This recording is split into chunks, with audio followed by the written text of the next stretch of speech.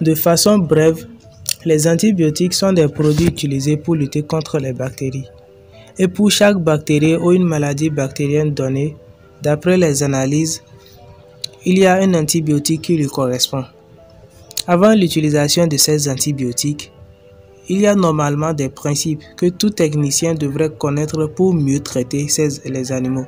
Je pense que c'est là l'objet de cette vidéo. Aujourd'hui, je vais vous présenter les 3 principes d'utilisation des antibiotiques, que quel que soit ton niveau en traitement des animaux malades, que si ces principes sont respectés, l'animal sera guéri.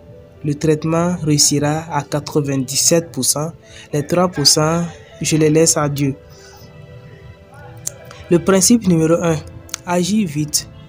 Dès que la maladie est identifiée, n'attendez plus et identifier le produit nécessaire, réaliser l'antibiogramme et commencer l'action.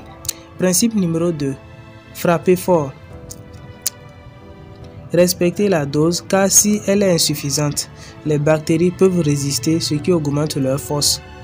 Raison pour laquelle le principe numéro 2 recommande de frapper fort.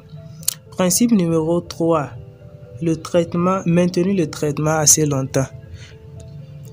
Le fait de répéter le traitement, ceci permet d'amplifier l'action des antibiotiques. Plus l'action des antibiotiques est amplifiée, plus son effet est important sur les bactéries, d'où son efficacité. En dehors de ces principes, voici les conséquences liées à l'utilisation des antibiotiques, c'est-à-dire les effets secondaires des antibiotiques sur la santé des animaux. Premier effet, la toxicité. Si la dose est trop élevée ou le traitement maintenu pendant très longtemps que prévu, ceci peut avérer toxique pour les animaux.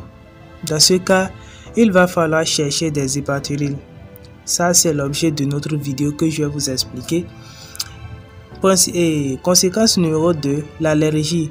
Elle peut donner lieu à des accidents graves, des chocs anaphylactiques. Conséquence numéro 3, la modification bactérienne.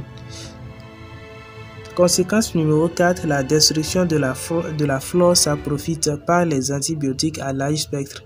Et nous-mêmes, nous savons très bien que si la flore saprophyte des animaux, des ruminants a été détruite, c'est que l'animal même est détruit. Car grâce à ces flores, l'animal arrive à digérer, je dis bien surtout les ruminants arrivent à digérer la majorité des aliments qu'ils consomment pour pouvoir produire des nutriments de haute valeur.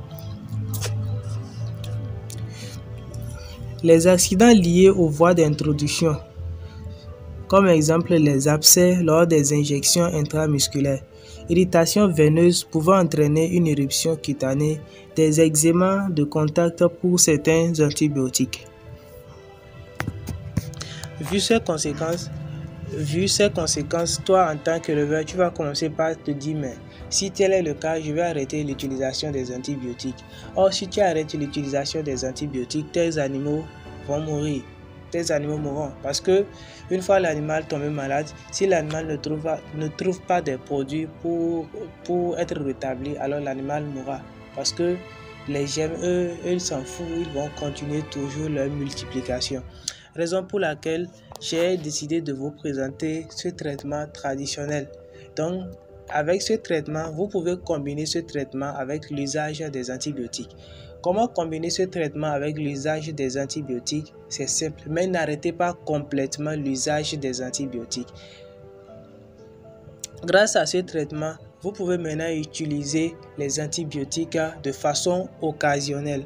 Comme ça, l'effet serait encore plus important si vous respectez la dose stricte décrite dans la notice.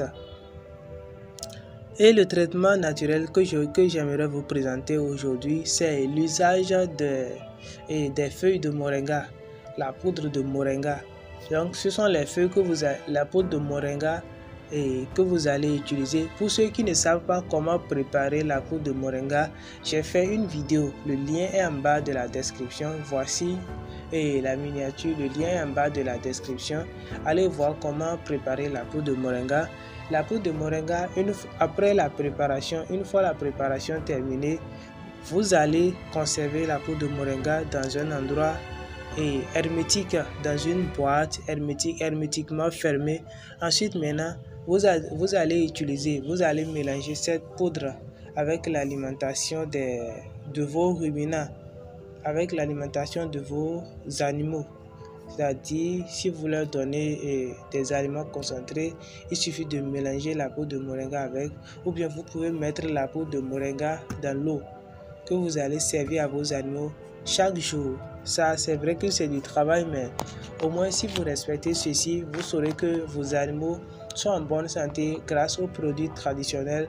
Donc vous ne courez plus aucun risque concernant l'usage de la médecine moderne, concernant l'usage des produits modernes.